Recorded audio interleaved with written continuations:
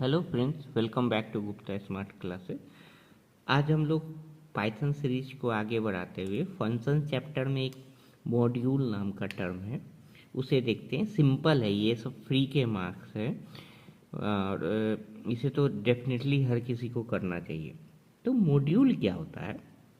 तो मॉड्यूल क्या है कि स्पेसिफिक उस मॉड्यूल का वो टास्क करेगा। जैसे सपोज डेली लाइफ में हम देखते हैं कि जैसे हमें ओला उबर ऐप है, मोबाइल में यूज करते हैं, तो वो हम ट्रैवलिंग के लिए यूज करते हैं। व्हाट्सअप क्या है, चैट के लिए यूज करते हैं। इंस्टाग्राम क्या है, रील के लिए यूज करते हैं। फ्लिपकार्ट क्या है, परचेजिंग के लिए यूज करते हैं। तो उसी तरह module in Python containing a set of function and variables to be use in an application. तो इसमें मैथ मॉड्यूल क्या है, तो मैथमेटिकल फंक्शन यूज करेंगे। स्टैटिस्टिक्स मॉड्यूल एक पढ़ेंगे तो उसमें स्टैटिक्स का यूज करेंगे, ठीक है। तो इसमें मैथ के जो फंक्शन एंड वेरिएबल यूज होगा उसे हम मैथ मॉड्यूल में रखें, ठीक है। इसको वन बाय वन देखते हैं। सिंपल है, बहुत ही सिंपल है। अब पाई, तो रिटर्न्स पाई मॉड्यूल, पाई मॉड्यूल जहाँ भी यूज करेंगे तो पाई का वैल्यू क्या होता है, तो पाई का रिटर्न कर देगा वैल्यू 3.141592 डॉट डॉट डॉट जाते रहता। तो इसमें हमें याद रखना है, जब भी हम मैथमेटिकल फंक्शन यूज करेंगे, मैथ का मॉड्यूल यूज करेंगे, तो हमें इंपोर्ट मैथ लिखना है। क्या लिखना है? इंपोर्ट मैथ लिखना है। फिर मैथ, जैसे हमको पाई की वैल्यू प्रिंट कराना है, सपोज सर्कल का एरिया निकालना है, तो इंपोर्ट मैथ। फिर जब भी पाई का वैल्यू यूज करना है तो मैथ डॉट पी आई से उसे कॉल करना होगा, ठीक है। होपफुली ये क्लियर हो गया। वो सिंपल सा ऐसे ही आपको लिख देना है। अब देखिए इसमें जो इम्पोर्टेंट है, तो मैंने देखा है क्वेश्चन ये सेल पूछते हैं, सेल और फ्लोर पूछा जाता है। तो सेल और फ्लोर क्या है? Return the smallest integer greater than और इक्वल टू एक्स। जिस, अब क्या है एग्जाम्पल से समझते हैं। ये हो गया इसका syntax. Variable name equal to ceil of x. तो a equal to 5.5, b equal to -5 print ceil of a math dot ceil a लिखे। तो हमेशा जैसे इसका मैथ डॉट सील ए लिखे, तो देखिए ये क्या रिटर्न करेगा, तो return the smallest integer greater than और इक्वल टू एक्स।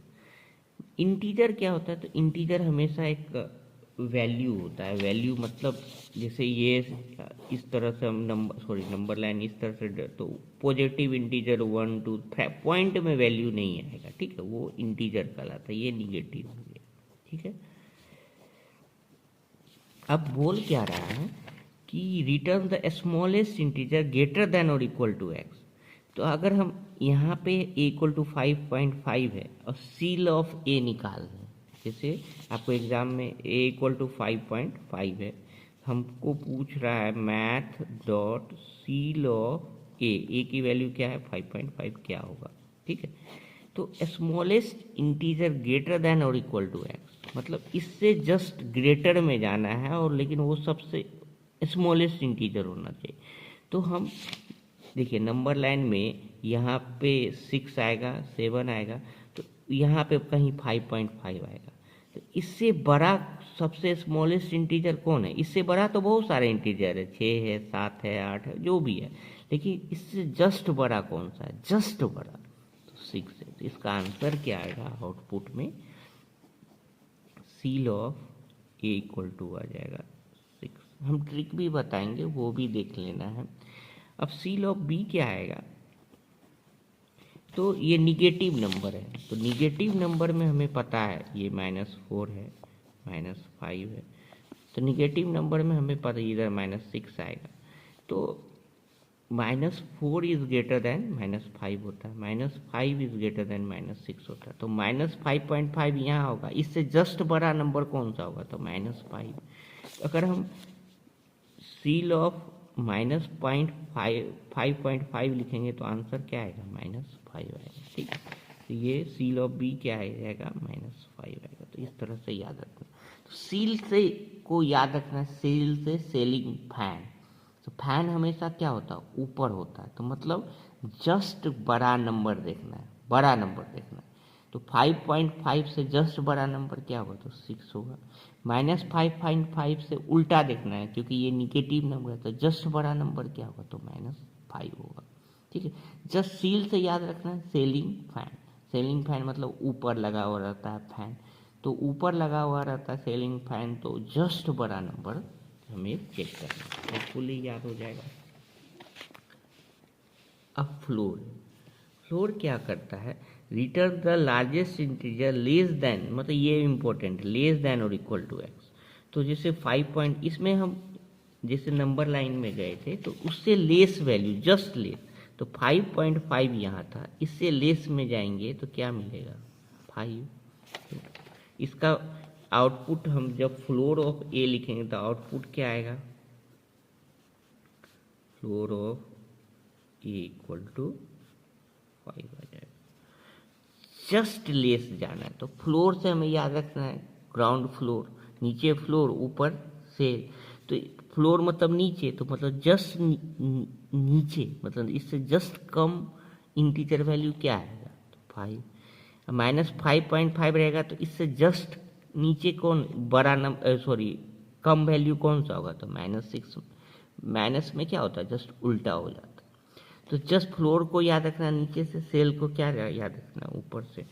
ठीक है, अब जैसे फैक्टोरियल का हमको यूज करना है, तो फैक्टोरियल के लिए सिंपल सा लिखना है, import math factorial, math dot factorial a. देखिए जैसे इसमें लिखे थे मैथ डॉट फ्लोर, याद रखना है, तो इसी तरह मैथ डॉट फैक्टोरियल ए लिखें, तो ए की वैल्यू क्या है 5, तो फैक्टोरियल ऑफ 5 क्या आ जाएगा,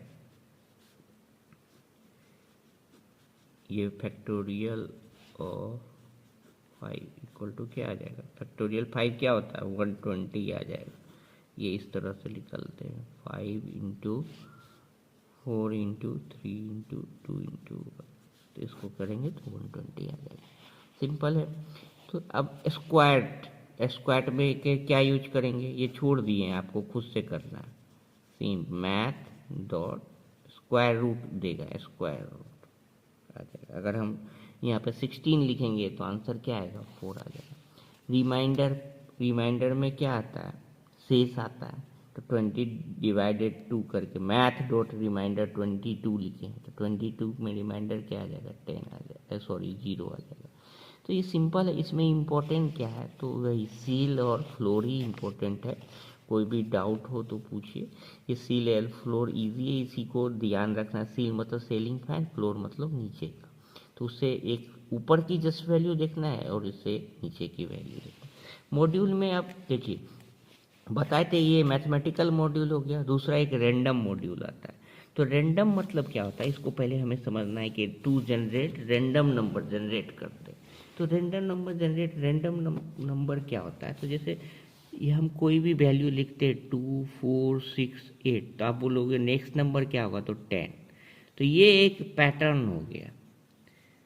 तो रैंडम में क्या होगा, तो रैंडम में हम बता नहीं सकते नेक्स्ट नंबर क्या होगा, तो जैसे हम 1 लिखे, 100 लिखते हैं, फिर लिखते हैं 2956।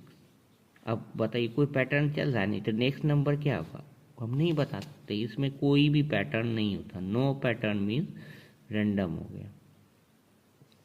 तो इसका एडवांटेज क्या है, तो एडवांटेज बहुत ज़्यादा है रैंडम नंबर जनरेट करने। जैसे हम OTP यूज करते हैं, तो OTP कभी सेम OTP आता है, नहीं आता ट्रांजेक्शन में, तो वो क्या होता है, रैंडम मॉड्यूल को यूज करके रैंडम नंबर जनरेट करते। ठीक है, तो अब इसमें याद रखना, इसमें भी वही चीज़ याद रखना है, डॉट रैंडम करके कॉल करना होगा। ठीक है, तो अब जैसे हमें रैंडम फ्लोट मतलब क्या होता है, पॉइंट 0 to 1 के बीच फ्लोट नंबर जनरेट करना। तो इसका सिंटैक्स क्या होगा, रैंडम, इसमें सिर्फ सिंटैक्स याद रखना है, रैंडम डॉट रैंडम।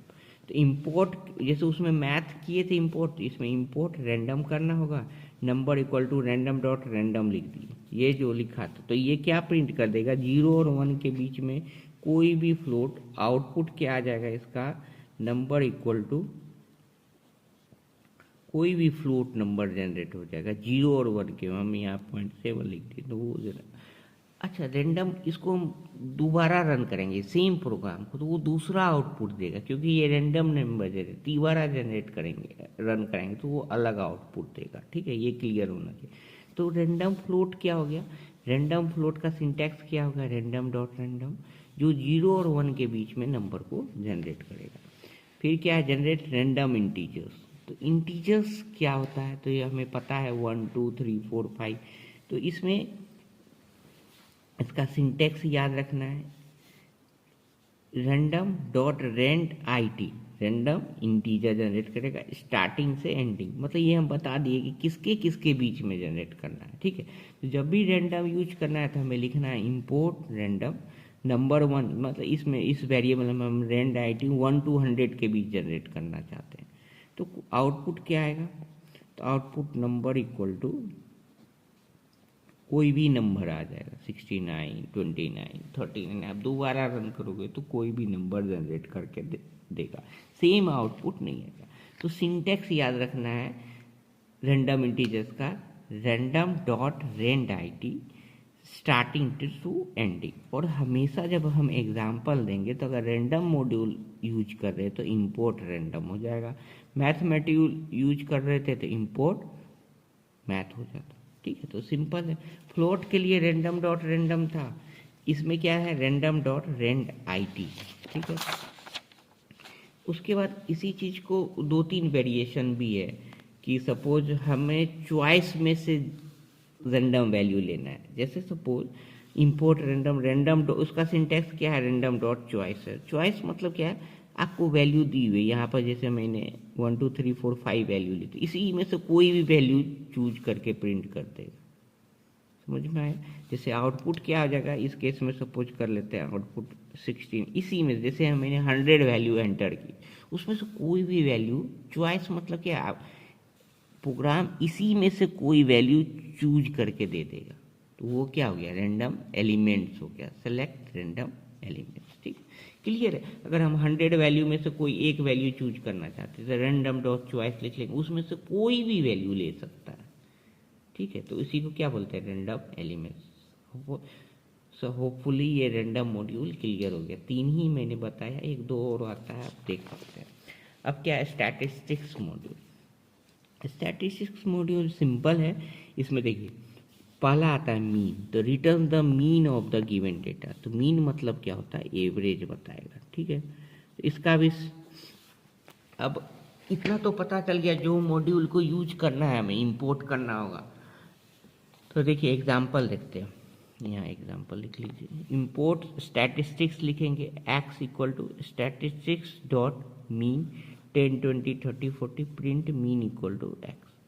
तो ये क्या आएगा, इसका एवरेज, आउटपुट क्या आएगा, एवरेज। तो एवरेज क्या आएगा, 40 10 + 20 30 30 + 30 60 60 + 40 100 100 डिवाइडेड बाय कितने नंबर है, 4, तो 100 डिवाइडेड बाय 4 करेंगे तो क्या आएगा आउटपुट 25।